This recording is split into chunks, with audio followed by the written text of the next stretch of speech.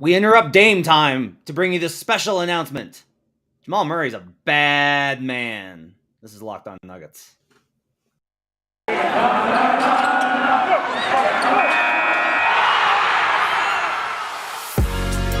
You are Locked On Nuggets, your daily Denver Nuggets podcast. Part of the Locked On Podcast Network, your team every day. Welcome to Locked On Nuggets, your daily Denver Nuggets podcast, part of the Locked On Network, your team every day. Thanks for joining us and making us your first listen. We love having you aboard. The chat is bumping over on YouTube, where you can catch the show daily and join the conversation.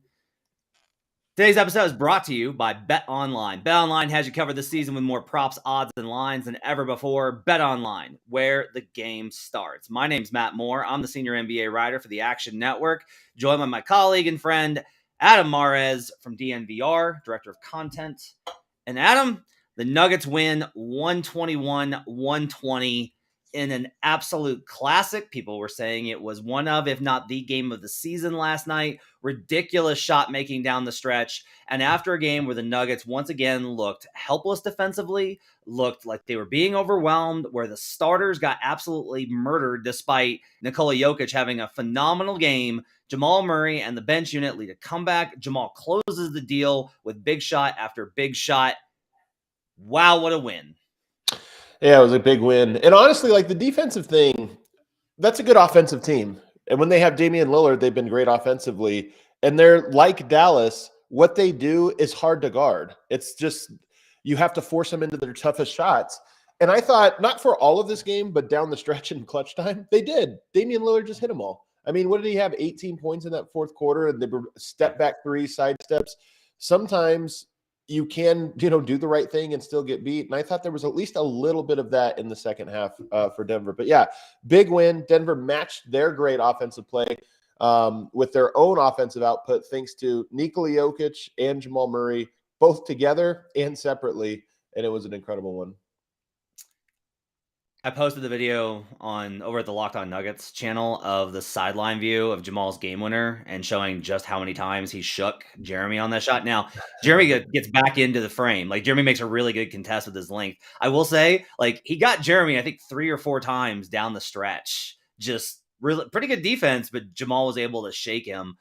Coming off that last game where, you and I are pretty critical of how Jamal played in that loss, what was your feeling like of how Jamal played in this one beyond just the shot making?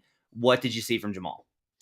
I mean, I saw him rattled, to be honest with you. I never see Jamal where I feel like he was rattled, but that first half, he just had no rhythm, no timing. He was making weird mistakes. He was throwing passes to where guys should have been, but weren't necessarily like reacting to them. So he had some weird turnovers. I just thought he looked out of sorts. To be honest with you, the first half was sort of a low point in this little 4-game arc that we have for Jamal. So it wasn't like him on the come up, through this game. And that's, to be honest, almost makes it more special that he sort of like did not have it going and willed himself to get it going in this one. And it's funny, man, basketball rhythm is such a funny thing. George Karl called it connection. It's just sometimes the game feels like a foreign language to you. And then sometimes it feels like the most natural thing. And we saw both for Jamal in this one. But you hope that when you find that connection, the more you live inside it, the easier it becomes to get. This is why teams go on runs. This is why they catch a rhythm. I'm not saying Denver's there, but I'm saying Jamal Murray had not found that over the last few games, and he found it in the second half. Not just the shot making, but a nice rhythm, and was always finding where he was supposed to be. 21 points on 21 shots. The efficiency wasn't there because of the first half. 5 rebounds, 8 assists for Jamal, 1 steal, just 2 turnovers, and a plus 16. Look, I think what's interesting here is if you really kind of dig into this from a big picture perspective, like small game picture, it's just like an awesome win versus a really good opponent on the road that featured a lot of heroics from a lot of people, like Jamal most especially, Aaron Gordon with the putback. Joker had some big plays down the stretch. Like, Joker paced the game, a phenomenal game from Joker. He goes 14 of 25 for 33 points, 10 boards, 9 assists. He did have 6 turnovers. But Joker played, I thought, awesome, and was, they ran that 2-man game in the last 5 minutes, and that really hurt him, and that opened up things for Jamal. there's a lot of heroes to kind of get to in this. The big picture stuff, I think, for you and I is going to be probably more concerning given how the game went, because this really was like the bench unit was the thing that kind of kept them in it and sparked the comeback. Of course, yeah, absolutely. The bench unit was huge, and I think all of them were outside of Vlatko Čančar, who was terrible in this one. We can get to him maybe later, but the four guys that made up Christian Bruan and Bones Highland were phenomenal. But I thought Jeff Green and DeAndre Jordan were also very good in this one. So those four guys, you didn't get a bad performance from any of them. I thought Bones did a really good job of not trying to do too much. Like, I thought that in the last game he tried to do a lot, and this one I thought he was a lot more patient. You disagree? I'm telling you, to me, this game was so clearly indicative of how Bones plays. When he's with a second unit where he has to press, he becomes a shooter and a scorer, and he was that for part of this game. But he was making his shots, so I don't think it felt too out of control. But when Jokic came in, this is what I love about Bones. He can go deep three, get to the rim, mid-range, like he's got it all going. Jokic checks into the game. He goes to Jokic every time. It's almost like my job now is to find the ball for Jokic, and he just becomes a table setter. And I honestly think that the texture of that second unit, and we saw this at training camp, like when we got to see the scrimmage portion of it, the team was looking for him to be that. So I just think that he has to play two different ways. I actually think he does a pretty good job of playing two different ways, meaning hyper aggressive, okay, just fit within the flow of the offense.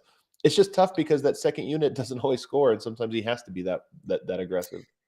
Christian Bruan, and absolutely just another terrific performance. 20 minutes. He goes 14 straight minutes in the second half. People were like, why are you taking him out? And I was like, because he's going to fall over and die. Like, he's been on the court since 6 minutes, third quarter, guys. I'm telling you, Brown and Brown, those are the two. Like Malone, he'll leave them in when they're playing well just because it's like he doesn't want to take a defender out when they're having a good defensive impact. Yeah. He has 6 points, but they all felt very big. Shoots 3 of 4. Doesn't attempt a 3. Has 5 rebounds. Had that one where he grabbed, like, his plays where he gets the board in a crowd under the basket and then gets that ball into the front court where you're sprinting. Like, his ability to actually turn possessions is a significant deal for a team that too often is like, okay, let's set things up. Like, Christian Brown's like, nope. Like, I've got the ball. We're going to attack. Like, the best thing for me to do is to get out in space. I don't want this ball stolen, and I'm already out and I'm already ahead. I'm going to go ahead and attack. And like, those plays I think are big. Like, I think you need guys like that. And that's why I think the fans, that's why the fans love him so much, is they see the effort and the hustle, but it also provides something. Go ahead. No, I'm saying that's important though. Like, teams need a guy that is just sort of a supremely hustle energy guy. But I think the rebounds that stand out to me more, Matt, are the offensive rebounds. I mean, he had 3. He led the team in offensive rebounding last night. Yeah. But he has a knack for those like long rebounds when he's in the weak side and he sees that his defender didn't, kind of gave up on the player, just didn't box out or whatever, ball watches. He has such a knack for sneaking in and grabbing those second chance points. I think he's had one in pretty much every game he's played real minutes. He's grabbed one of those, and they always just feel so huge. Aaron Gordon, just again, 20 points, 8 of 12, 2 of 3 from 3, 5 boards. Like, just Aaron, every game, Aaron's there. Every game, Aaron Gordon is there. And without that kind of production, they're not able to hang in this game. So, like, Jamal's the hero, and Jokic is the superstar, and Aaron Gordon is that third guy. You want this reminds me of is the same thing we kind of talked about him being when he was traded here. This is a Sean Marion performance, right? With Phoenix. I like it. It's true. And you look and you're like, oh wow, he actually, he had, he had 20, because the Nuggets wind up with 74 points from Jamal, Joker, and Aaron. And like, that's the bulk of the performance. Tyson says AG is the dog, and it's true. He's just hustling. Now we'll talk about the defense, I think, in the second segment. While we take a break, we'll talk about some of the rough issues, I think, with the starters. Real quick on Aaron Gordon. I do wish the Sean Marion comp I like. Sean Marion was, I think, a better defensive player, just more impactful defensive player. And I'm hoping Aaron Gordon gets there because offensively right now he is perfect. He's absolutely perfect. And then as evidenced by he is now number 2 in the NBA. I think Jokic and Gordon were 3rd and 4th.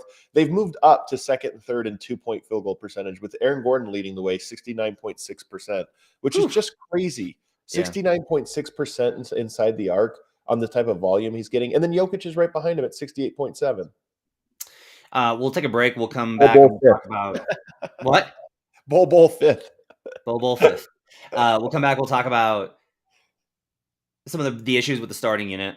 You're going to have to listen to me talk about DeAndre Jordan. And we'll talk about some more of the things from this game when we come back on Locked On Nuggets. But first, I need to tell you about MasterClass. What is MasterClass? MasterClass offers classes on a wide variety of topics, all taught by world-class instructors at the top of their fields. Each class is broken out into individual video lessons, usually around 10 minutes long. Members can explore at their own pace, and each class is supported by downloadable materials, class guides, recipes, or more. They're accessible on your phone, web, smart TV, and available via audio mode to listen to classes on the go. You can find all the available classes at masterclass.com. Over 2,500 video lessons from 180 plus of today's brilliant minds are available anywhere, anytime on iOS, Android, desktop, Apple TV, Amazon Fire TV, and Roku. You can learn how to write anything from a book to a screenplay or just a letter. Learn how to communicate with your boss or your family. You can learn how to make dinner worthy of a Michelin star or just how to make really good scrambled eggs. Whatever you're interested in, there's a class for you. They've got cinema quality classes that give you unparalleled access to a renowned instructor. Sessions, a new product from MasterClass, allow for a deeper dive into lessons over a fixed amount of time. Sessions include activities as well as the opportunity to learn alongside a community of peers. Level up to a whole new you by getting step-by-step guidance from our world-class instructors and learn through hands-on doing. You'll walk away with everything you need to unlock your full potential. In addition to the video lessons, MasterClass provides you with downloadable lesson recaps and supplemental materials. For example, their cooking classes come with a beautiful downloadable guides that are at the level of a high-end cookbook. John Legend teaches songwriting. Kris Jenner teaches the power of personal branding. Mariah Carey teaches using the voice as an instrument. Bob Iger teaches business strategy. Gordon Ramsay teaches cooking. And Neil Gaiman, love me some Sandman, teaches the art of storytelling. I own every single Neil Gaiman book. Absolutely phenomenal novels. So make sure that you check out MasterClass at masterclass.com. We're also brought to you today by LinkedIn Jobs. You know, every new potential hire can feel like a high stakes wager for your small business. We're getting to the end of the year, and if you're just trying to make a push to make sure that the end of your year is really good for your small business, you need the right people. This is a time when people need a lot more help usually because everybody's out and spending money, even in this economy. So you want to be 100% certain that you've got access to the best qualified candidates. Simple tools like screening questions help you get to the best candidates for you so you can make the right hire. It's why small businesses rate LinkedIn Jobs #1 in delivering quality hires versus leading competitors.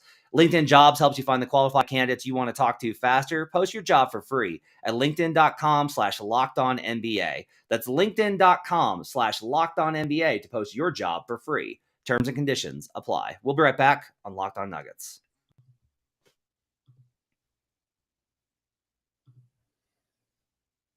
Back here on Locked On Nuggets. Thanks for joining us and making us part of your day. Appreciate you guys being with us. As we recap the Nuggets win over the Portland Trailblazers. All right, so I think, look, this was a phenomenal win in that it was exciting and emotional, and Jamal had a big moment, and everybody came up big. It's not the right win.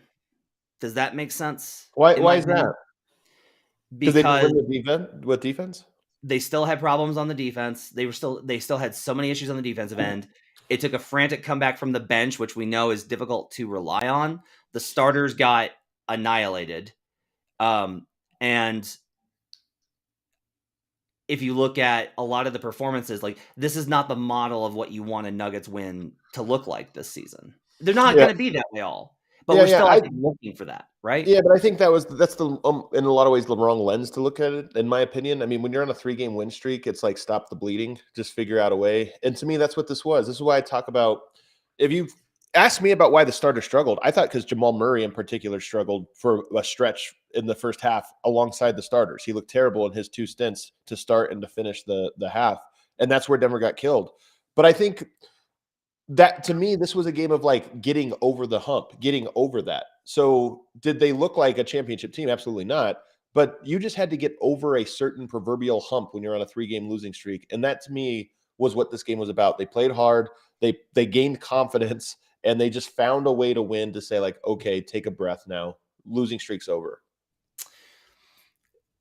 A couple more notes. Jeff Morton, King of Thornton, notes this in the comments. The Blazers were targeting Jamal all night. He's not wrong. I thought this was another thing that was impressive about Jamal is Dame was going at him late in the game. Even the one that he hit that would have been the game winner before Jamal stuck with him. Like Jamal actually hung with him. And at the end of the game, Jamal was the only guy that was actually getting up into his space. Like he was the only guy that was in his space. Those Dame shots are tough, man. Like it's so easy to say. Both of them were from well behind the 3-point line. Sidestep. You kind of know Dame is going to that move because that's his like signature move. But nonetheless, man, it's hard to tell a guy you need to play up more 32 feet from the basket. Like sometimes I don't want to say you want to give him that shot, but you just try to make that shot as tough as possible on him. Because if you overplay it, then you have Damian Lillard running downhill at Jokic towards the basket. So I don't really, to me, that fourth quarter defense was incredible shot making. And when you mentioned Jamal Murray, he does get targeted and he will get targeted. But they targeted him with Jeremy Grant as well, and I thought he dominated those ones. Like Jeremy Grant, I think went 1 for 3 against him on those post-ups. And look, 2-point range ISOs, if you hold a guy to 1 for 3, that's hyper-efficient defense. I was getting questions last night that basically, because the defense is so bad and they don't, I think there's this kind of sense of wanting to find a scapegoat, like a individual to pin it on. Again, been critical of the scheme, which is Ryan Saunders' approach. I continue to be skeptical of some of the things that they've decided to do schematically. I don't think that was it last night. They had soft switches where guys did not get up into Dame's airspace on switches. Yep. You had miscommunications on the back line. I posted a video of one of those from Steve Jones that was posting about it. That like a lot of these are, and then there are other ones. There was, who was it? It was either Simons or Grant, one of them. And the problem, I saw this from both AG and Brown. Jamal's on an island in the corner and they help over. Like they're just 2 steps. This is what I see a lot from the Nuggets. They don't trust each other. So the help defenders that are good at the point of attack, the guys that they got to shut down point of attack are helping. Like they're a step over. It's like cheating off of a base, right? In baseball, they're a couple steps over. And so when the ball gets swung, they think they can recover back. And then that's when they get caught because they're out of position. If they weren't showing, because that help's not going to do anything anyway. Like you're not doing anything.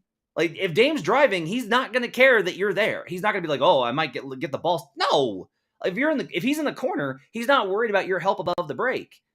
And so, and that's when I think they get caught, is they get caught flat-footed or out of position. And that's when either there's space to shoot a 3 or there's space to pump fake and drive. And it happens above the break, like low above the break. And it happens in the corner. And to me, those are the 2 biggest issues why the good defenders on top of Bruce Brown being too small. That's an independent issue.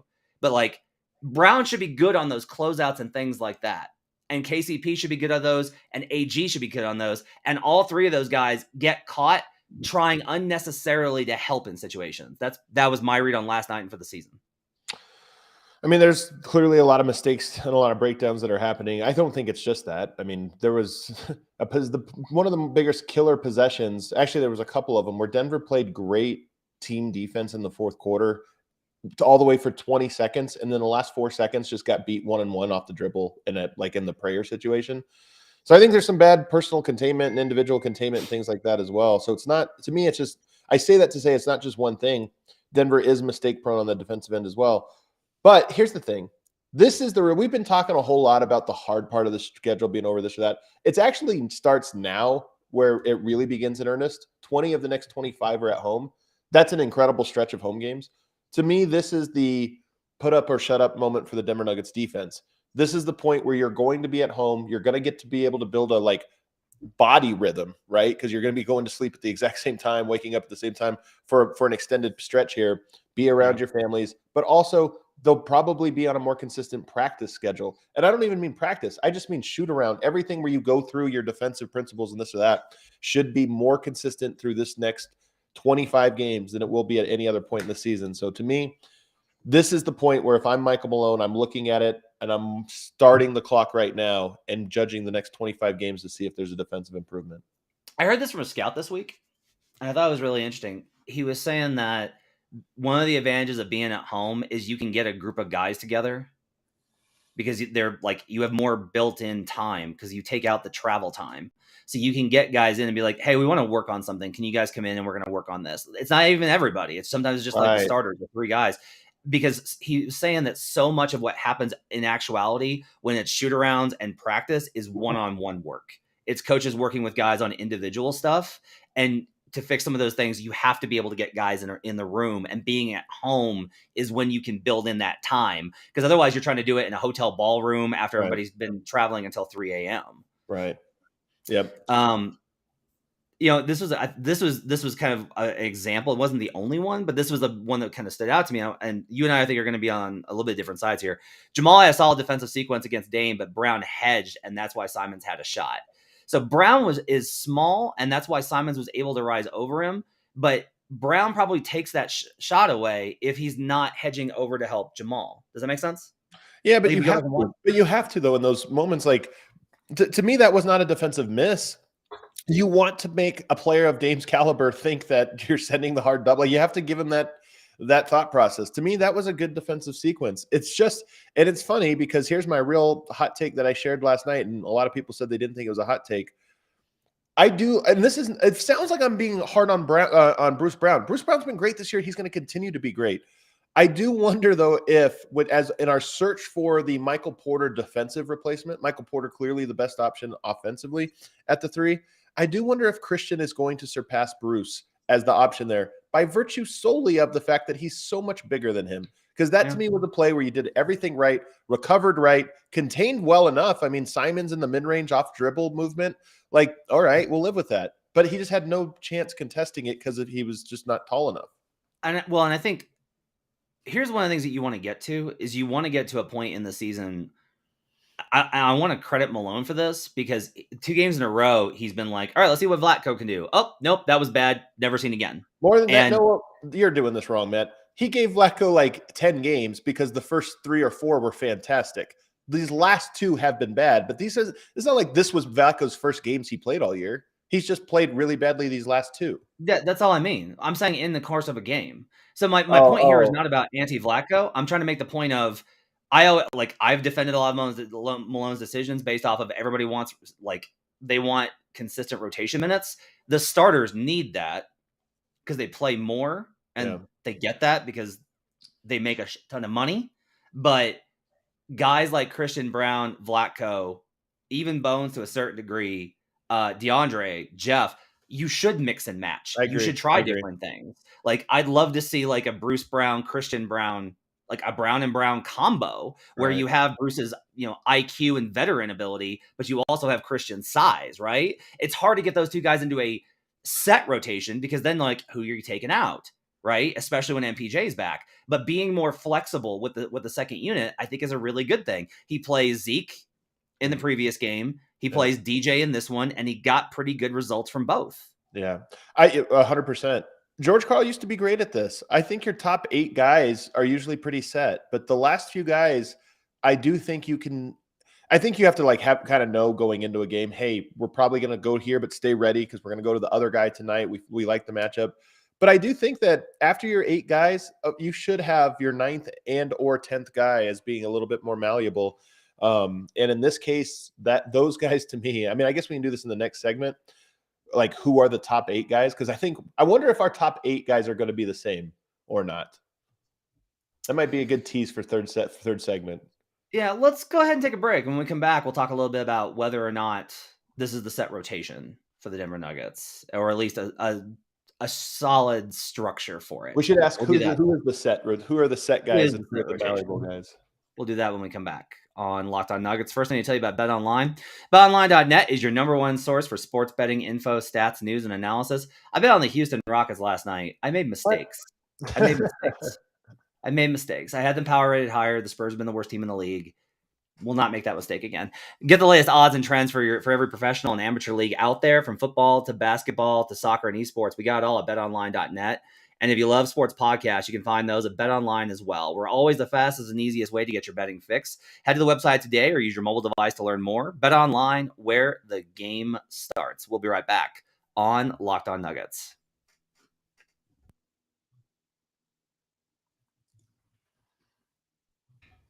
Back here on Locked On Nuggets. Thanks for joining us and making us part of your day. Appreciate you guys being with us on a Friday. Hope you're going to have yourselves a great weekend coming off of a Nuggets win to feel good about.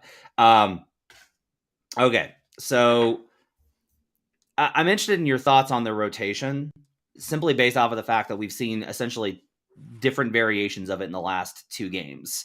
I personally feel that for the moment, until there is an injury, Davon Reed is out of the rotation. I think we can say that like Davon Reed, Ish, Peyton Watson are out. I think Zeke and DJ might be shifting to what people have wanted, which is a situation by situation matchup. You're smiling. Because the chat had me laughing about this idea of the holy lineup with Christian and Pope. Christian and Pope, the holy lineup. It might be, you know what? You might go to Christian and Pope down the stretch. Go with God. Go with God. Go with God. You know, it is funny. I will say this. I do laugh when people are like, well, you just need to play Zeke and DJ in different situations and matchups. And I'm like, okay, what are these? And they're like, well, you play Zeke if you're going to like play small ball to counter their bigs. And then if they go small, you got to go Zeke so that you can counter their small ball. And then in mid-size, you want to go Zeke so that you can counter that. Like, it's basically just like play Zeke more, which is fine. DJ, by the way, I forgot to get this in the last segment, was awesome last night. Didn't play that many minutes, and that's fine. But he was really good in the minutes that he did, and the defensive rating kind of shows. Had that big swat there in the fourth quarter. He had like 3 blocks. He had his rim. That was his best rim protection game of the season, I think. Yeah, he played really I will say this. He was atrocious in the first like 2 minutes, and I was very concerned with the first couple minutes, but after that he was very, very good. Yeah. So I don't know, like give me your thoughts on the rotation and how it's shaping up and what we can kind of take away from where this is going to end up. All right, so your starters are your locks. They're obviously in the rotation. Bruce Brown is in the rotation. I think Bones Highland is in the rotation. Like, I just think that he is a pencil in. And I think Christian Bruan is probably a lock in the rotation as well. I think Jeff Green is the guy that's most likely in the rotation after that. So that's your top 8 to me. Jeff Green, the only reason I think he's not, like, I think he's a top 9. I think there's a top 9 come playoffs, almost certainly. The only reason he's not is I do think Jeff Green is best when he gets the game off every here and there, like more regularly than anybody else on the roster. Love this take. Love this take. Love this take. So I think he is the guy that is more likely to be a 4 games on, 1 game off guy where he just doesn't play, but it's more about Jeff Green maintenance than it is about anything else. And then DeAndre to me is in that same boat where he is probably the more common option, but I bet you and I would disagree about how frequently that is. To me, he's probably more of a 50% of the time kind of guy, somewhere around there. And that doesn't mean that Zeke is a 50% guy. I just think that Zeke is you maybe don't go, you just go with a 9-man rotation some games. You go with a Zeke option some games. Maybe you try Vlatko in a certain situation here or there. But I think that DeAndre is the most minute getter at that spot, but not a permanent one. I actually don't agree with this at all. Or don't disagree with this at all, is what I meant to say. I don't disagree with this at all. I don't. So for me, my thing has been I want to judge DeAndre accurately based off of his play and not based off of the preconceived notions or the comparison of him to the shiny young guy. And the shiny young guy needs to still play because the shiny young guy has more upside. And people have made this point, and this is like the one that there's no refuting. DeAndre's not playable in the playoff series.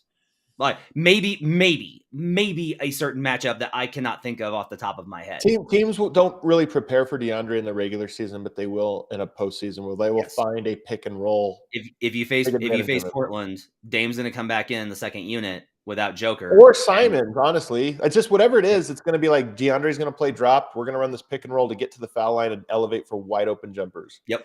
Like, because you cannot play anything else with DJ, and that's not DJ's fault. That's where he's at in his career, right? Like, again, need to really stress, DeAndre Jordan in 2014, 8 years ago, was a defensive monster, but that was 8 years ago. And so conversely here, like, those are situations where you do need other options. And I do think a lot of this gets into the reason I don't necessarily sweat about it as much is because I'm like, look, by the end of the series, you got to get through the first like 4 or 5 games, but 6, 7, 8, Joker's probably going 42. You're talking about 3 minutes first half, 3 minutes second half. Right. That's why you try and get him rest now. That's why you try and these games where he's playing less than 30 minutes are so big is you're saving up because you are going to need to be like, yeah, no, Joker's going to have to play 42 in some of these late game situations, even if it's just 7 and 8. If it's an elimination game 6, or you're trying to eliminate the other team game 6, right? Like you're playing Joker the 42 to try and get the job, try and close. Malone almost never does that, by the way. Like Jokic's minute totals are always low. Even when he plays 37 minutes, it feels like it's like, oh wow, Joker's playing 37 tonight. So I mean, it's not that often that he gets above. I don't know how to get an honest answer on if that's Malone's call, Joker's call, or Malone or Joker's call. Yeah. Because if you ask Joker, I don't think he'll answer, and I think Malone will cover. Right? Like I don't know. Because like this is, I think about this a lot. Where guys, I mean, this is the most common thing. Is stars will say like, "Hey, I need a breather." Yeah. Like, "Hey, I need a feel." Well, again, these things don't happen in a vacuum because again, you're going to be home for this stretch, and it might be possible that Yoke's just more capable of playing 37 minutes every night when there's no travel. He's resting. He's getting his 8 hours of sleep. Like maybe he plays more minutes over this upcoming stretch. I think it's entirely possible. Danny says, well, if they're competing for a spot, meaning Zeke and DJ, shouldn't we be comparing the two? I mean, you can, but I'm going to tell you it's not going to work out the way you think it will. But I think in general, I think it's more with the bench, it needs to be solving problems. With the starters, it needs to be finding your best self, right? Like your starters they're your identity. The bench is the bench needs an identity, but they're probably not going to have one. And the playoffs are going to be limited minutes, and so you're just trying to find the answers that you're looking for. And like removing Zeke from it doesn't do anybody any good. It hurts trade value. It hurts his development. It limits your flexibility. That doesn't make any sense either. But it also, I just don't think that the answer is just like, yeah, just play Zeke at the backup 5 because those minutes have been spotty. I think you can play Zeke and DeAndre.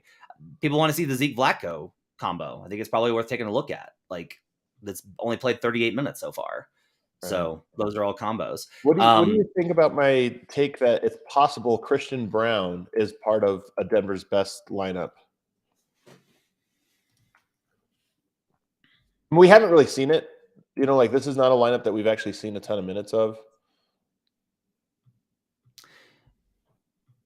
That my only thing is based off of a good example is actually that Mavericks game. Christian's never going to get any respect from the officials, ever. I mean, he's replacing Michael Porter or Bruce Brown. Are either of those guys getting the respect from the officials? I think Bruce gets respect from the officials. I don't think Bruce's fouls have been necessarily. So we've only seen 22 minutes of this lineup, by the way, and it has a positive net rating by quite a bit, and it has a good defensive rating. What's the lineup?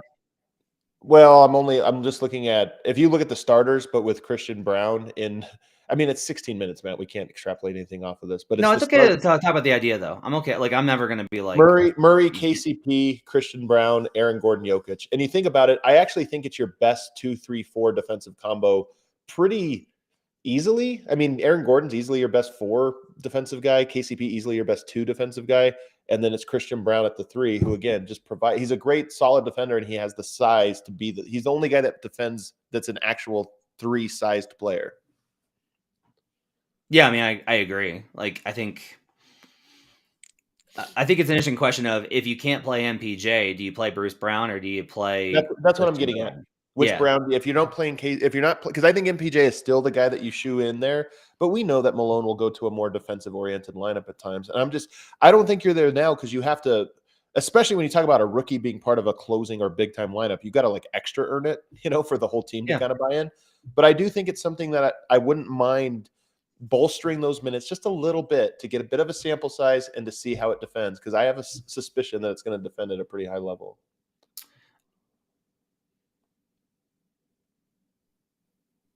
I'm thinking.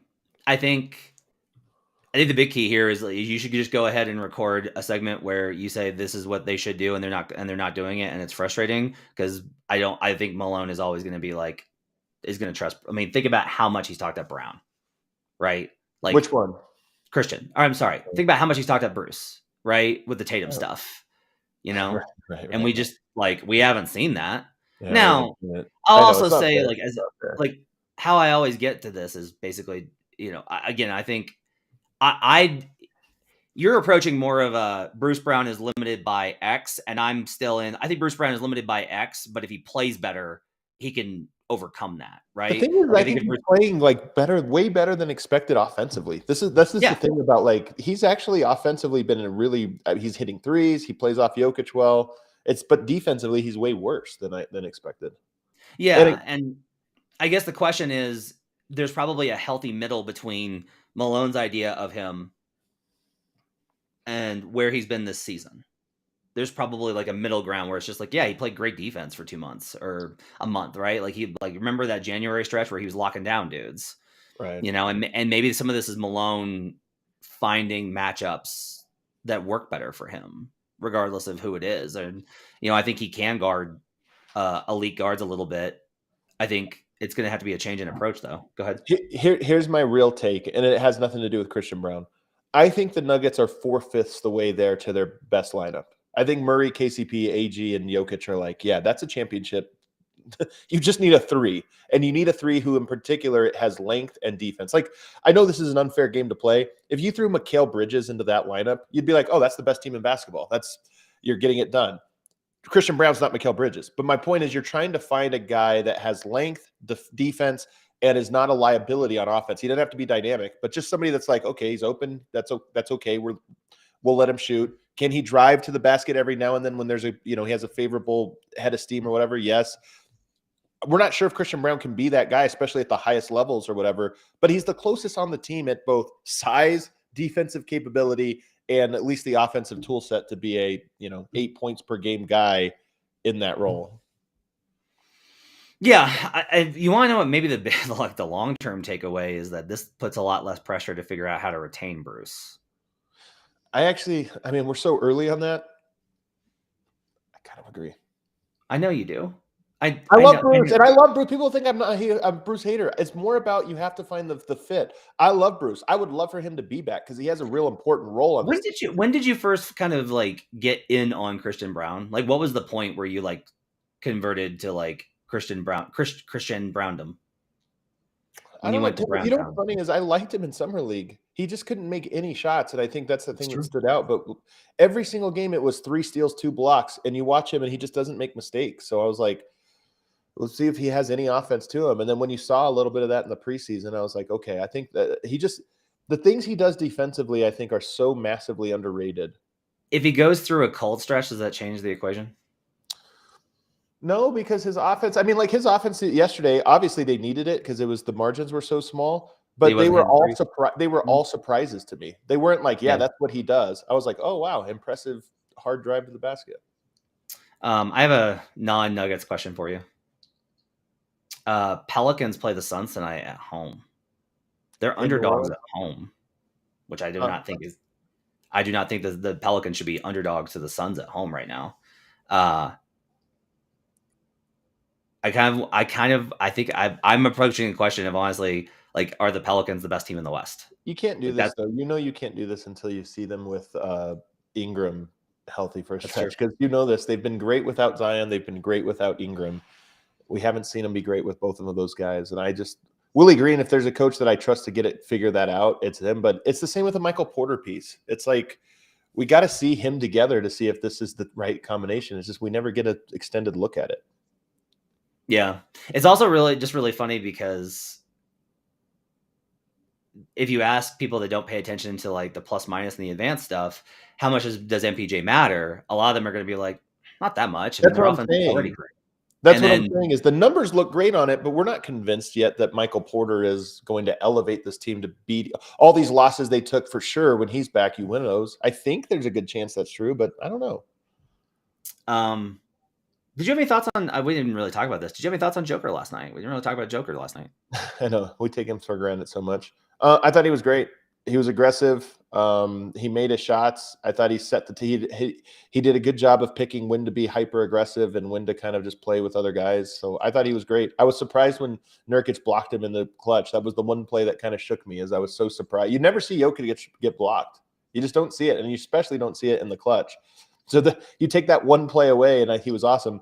Because you have to remember, in the fourth, we're going to remember Jamal Murray because he hit 2 big shots. He hit the 3, but he also hit the baseline jumper. But Jokic hit 3, I think, big shots right before that. 2 floaters, the step back jumper basically on Nurkic. Like, both Murray and Jokic were supremely clutch last night. KCP and Aaron Gordon also had their moment. They each had a clutch bucket as well in the fourth.